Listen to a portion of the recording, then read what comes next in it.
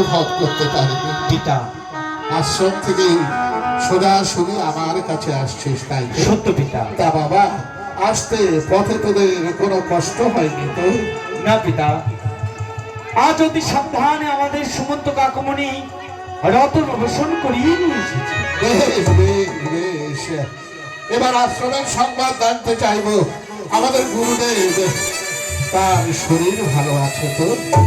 গুরুদেব অতি সযত্নে রয়েছে। বেশ বেশ, আর তোমার সহপাঠীরা তারা সবাই ভালো আছে? সবাই খুব ভালো রয়েছে। বাহ, চমৎকার। বহুদিন বাদে আশ্রমের সমস্ত শুভ সংবাদ পেয়ে মনটা আমার আনন্দে ভরে উঠল। এবার তোমাদের কাছে সেই কথা আমি জানতে চাইব, যে কর্মের জন্য এতদিন প্রাসাদের সর্বসুখ ত্যাগ করে তোমাদের আমি গুরুদেবের আশ্রমে রেখেছিলাম, সর্বপ্রথমে লক্ষণ তুমি বলো তো, কুলগুরু বশিষ্ঠ দেবের আশ্রমে গিয়ে তুমি কোন শিক্ষায় পারদর্শিতা অর্জন করেছো? ওগো পিতা, আমি যে ধনুক বিদ্যাতে পারদর্শী লাভ করেছি পিতা। বললে লক্ষণ, সত্য পিতা।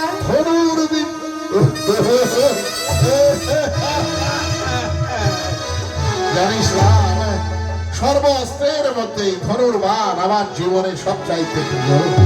লক্ষণ সেই ধনুর বিদ্যায় পারদর্শিতা অর্জন করেছে, তাই আজ থেকে লক্ষণকে আমি শুধু লক্ষণ বলে ডাকবো না, একটা নতুন নাম রাখবো। আজ থেকে আমার এই লক্ষণের নাম হবে ভানুমুখী লক্ষণ। এবার বলতো বাবা, আমার সেই ছোট্ট শত্রুঘ্ন যে আমার সামনে গুড়ি গুড়ি পায়ে ছুটে ছুটি করে বেড়াতো, তাদেরও তো তোদের সঙ্গে আশ্রমে পাঠিয়েছিলাম। আবার সেই শত্রুঘ্ন কি বিদ্যা লাভ করেছে? আমার ভাই শত্রুঘ্ন যে অর্ষি বিদ্যায় পারদর্শিতা লাভ। সত্য পিতা। আমার সেই ছোট্ট শত্রুঘ্ন আজ তরবারি বিদ্যায় পারদর্শিতা লাভ করেছে। জানিস রাম, যদি কখনো বহিঃশত্রু অযোধ্যা আক্রমণ করে, সর্বপ্রথমে তরবারি হাতে ছুটে যাবে আমার ছোট্ট শত্রুঘ্ন। এবার বলতো বাবা, আমার মধ্যম সন্তান ভরত কোন বিদ্যা লাভ করেছে? আমার মধ্যম ভ্রাতা ভরত ওই গুরুগৃহে গিয়ে সে যে পাণ্ডিত্য অর্জন করেছে। রাম, আমার মধ্যম সন্তান ভরত পাণ্ডিত্য লাভ করে পণ্ডিত হয়ে গেছে। সত্য।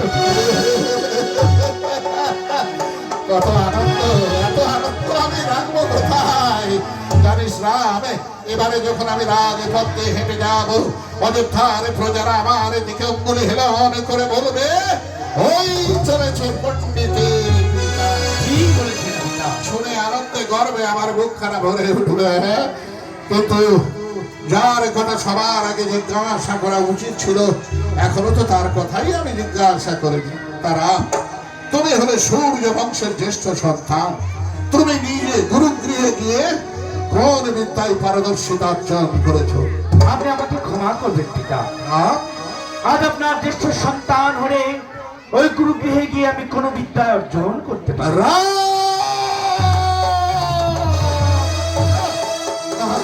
তুমি আমায় কি শোনালে পুত্র? তুমি আমায় কি শোনালে? তুমি কি বলছো? আমার বর্তমানে অযোধ্যার সিংহাসনে বসে কে হবে অযোধ্যার রাজা, কে করবে প্রজা পালন? সে বলছে কোন বিদ্যাই শেখেনি। ঈশ্বর, এই দিন দেখবার জন্য কেন আমাকে বাঁচিয়ে রেখেছ? কেন কেন কেন? ওগো পিতা, আপনি দুশ্চিন্তা করবেন না পিতা। আমার জ্যেষ্ঠ যে সকল বিদ্যাতে পারদর্শী লাভ করেছে পিতা। সত্য পিতা। রামচন্দ্র, বাল্যকাল থেকে আমি তোমাকে দেখে আসছি, একবার যা তুমি নয়নে দেখো, হুবহু সেই কর্ম করবার জন্য দ্বিতীয়বার আর তোমার দেখবার প্রয়োজন হয় না। আমি তো জানি তুমি সর্ববিদ্যায় অবশ্যই পারদর্শিতা অর্জন করবে, অথচ পিতার সামনে দাঁড়িয়ে এমন অসত্য বাক্য তুমি কেন উচ্চারণ করলে? কনিষ্ঠের মান রক্ষা করতে পিতা। কনিষ্ঠের মান? সত্য, আজ আমার কনিষ্ঠ ভাইরা এই বিদ্যায় পারদর্শিতা লাভ করে অযোধ্যায় ফিরে এসেছি। হ্যাঁ হ্যাঁ আর আমি জ্যেষ্ঠ হয়ে সর্ববিদ্যায় পারদর্শিতা লাভ করেছি। হ্যাঁ। এই কথা যদি ধরা রাজন্য বর্গদের সম্মুখে বলতাম, হয়তো তারা মনে মনে দুঃখ পেত। রাম এটা আমি চাই পিতা, আজ জ্যেষ্ঠ হয়ে যে কোনো কারণে আমার কনিষ্ঠের গোবর প্রাণী আঘাত লাগে। বাহ বাহ বাহ সুন্দর অপূর্ব চমৎকার ধন্য ধন্য তুমি রাম ধন্য তোমার বিচার বিশ্লেষণ যুগ চলে যাবে কানের তলে তলে তলি পৃথিবীতে জন্ম নেবে নব নব সুসভ্য মানব সমাজ কিন্তু ছোট ভাইয়ের প্রতি বড় ভাইয়ের যে ভালোবাসা যে স্নেহ যে প্রীতি যে উদাহরণ তুমি সৃষ্টি করলে ঘুরবে না কখনো জগৎবাসী আরে ছোট ভাইয়ের সম্মান বাড়িয়ে দেবার জন্য নিজে ছোট হয়ে ভাইয়ের সম্মান তুমি বাড়িয়ে দেবে আইসার এত আনন্দ আমি কোথায় রাখবো কিন্তু তুমি সর্ববিদ্যায় পারদর্শিতা অর্জন করেছো বললেই তো আমি মেনে নেব না লক্ষণ ধনুর্বিদ্যায় পারদর্শিতা অর্জন করেছে আর তোমার সর্ববিদ্যার মধ্যে ধনুর্বিদ্যা অবশ্যই আছে তাই তোমরা দুভাই আমার সামনে দাঁড়িয়ে ধনুর্বিদ্যার পরীক্ষা দেবে আমি দেখতে চাই লক্ষণ কেমন ধনুর্বিদ্যা অর্জন করেছে তাই হয় পিতা, আজ আপনার মন ইচ্ছা পূর্ণ করাই যে পুত্রের একমাত্র কর্তব্য। তাই আজ পুত্র হয়ে আপনার মনে ইচ্ছা অবশ্যই আমরা পূর্ণ করব। বেশ বেশ লক্ষ্য, এই মুহূর্তে যে পিতার সম্মুখে আজ আমাদের ধনুর্বিদ্যার পরীক্ষা দিতে হবে।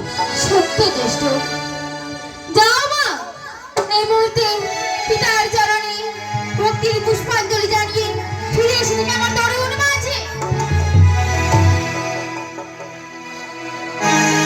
চমৎকার কল্যাণ। প্রণাম জানিয়ে ফিরে এসে আমার যাও মা, জ্যেষ্ঠের চরণে ভক্তির পুষ্পাঞ্জলি জানিয়ে ফিরে এসে থেকে আমার তরুণ মাঝে।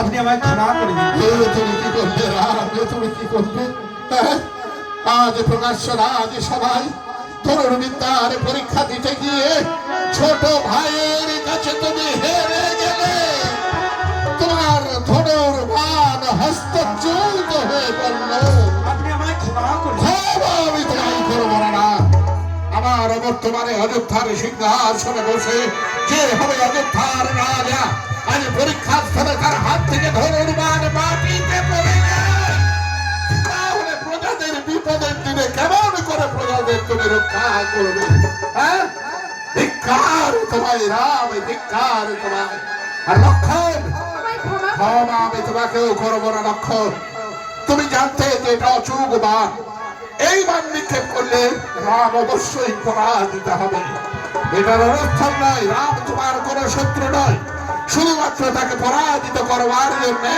এমন অচুক বান নিক্ষেপ করা তোমার উচিত হয়নি আমায় ক্ষমা করবে ক্ষমা তোমাকে করবো না ক্ষমা আমি তোমাকেও করবো না রাম তোমাদের দুজনকে আমি দেব দণ্ড এমন দণ্ড আমি দেব আগামী দিনের মানব সমাজ সে দণ্ডে এই কথা তারা মনে রাখবে তোমার দণ্ড রাজা দশরথের এই পক্ষ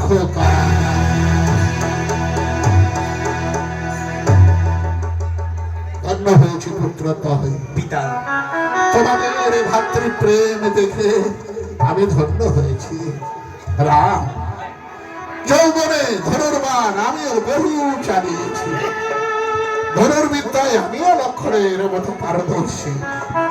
এটা তোমার ইচ্ছাকৃত পরাজয়। আমি ভালো করে লক্ষ্য করে দেখলাম, লক্ষণ যত বার নিক্ষেপ করছে তুমি শুধু প্রতিহত করছো। পাল্টা আক্রমণে তুমি লক্ষণীকে একেবারে করোনি। কেন রাম, কেন এমন করলে? শুধুমাত্র ছোট ভাইয়ের সম্মান একে বাড়িয়ে দেওয়ার। আচ্ছা বলুন তো পিতা, আকাশ ভবনে যদি কালবৈশাখীর ঝড় নেমে আসে, সেই কালবৈশাখীর ঝড় সর্বপ্রথমে এই মর্তের বুকে কোন বৃক্ষে লাগে? কেন, এ তো সাধারণ কথা। যেটা বড় বৃক্ষ, ঝড়ের দাপট প্রথমে তো সেই বৃক্ষেই লাগবে। এই যদি হয়ে থাকে পিতা, আমি তো সূর্য বংশের জ্যেষ্ঠ সন্তান। লক্ষণ, ভারত, শত্রুঘ্ন তারা হলো কনিষ্ঠ সন্তান, তাই তো আজ আমি জ্যেষ্ঠ হয়ে কনিষ্ঠের মান রক্ষা করতে, কনিষ্ঠকে উঁচু আসনে বসাতে আজ স্বেচ্ছায় তাদের কাছে আমি পরাজিত হয়েছি। রামচন্দ্র, পিতা, আজ জ্যেষ্ঠ হয়ে কনিষ্ঠকে যদি শিক্ষা না দেই, তবে কনিষ্ঠ কোথায় শিক্ষা লাভ করবে? রাম, যে জ্যেষ্ঠদের দেখলে সম্মান করতে। বাহ বাহ বাহ, সুন্দর, অপূর্ব, চমৎকার। ধন্য তুমি রাম। যতই তোমার বিচার বিশ্লেষণ আমি শুনছি, ততই যেন গর্বে আনন্দে আমার বুকখানা ভরে উঠছে। ভাইয়ের প্রতি ভাইয়ের এই যে স্নেহ, ভালোবাসা, প্রেম, এ তোমাকে দেখেই জগৎবাসী শিখবে। রামচন্দ্র, পিতা, এই অসময়ে গুরুগৃহ থেকে তোমাদের আমি কেন ডেকে এনেছি জানো? কেন পিতা? যৌবনে একদিন আমি ব্রহ্ম সাপে লিপ্ত হয়েছি। পিতা, শাস্ত্র পুরাণে বলে, মাঘী পূর্ণিমার পূর্ণ তিথিতে যদি সপুত্র গঙ্গা স্নান করা যায়, তাহলে নাকি ব্রহ্ম সাপ থেকে মুক্তি পাওয়া যায়। আগামীকাল হলো মাঘী পূর্ণিমার পূর্ণ তিথি। তাই আমি চাই তোমাদের 4টি ভাইকে সঙ্গে করে নিয়ে গঙ্গা স্নান দিতে।